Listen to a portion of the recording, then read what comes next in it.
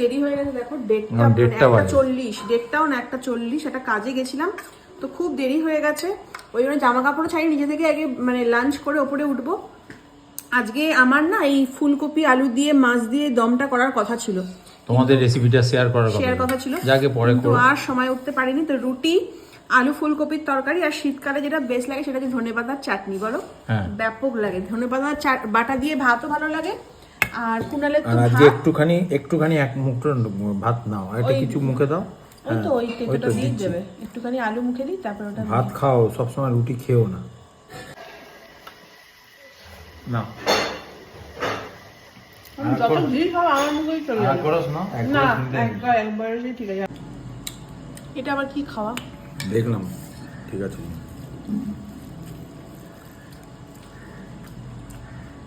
ভালো গরম গরম শীতকালে এরকম ভালোই লাগে। আমার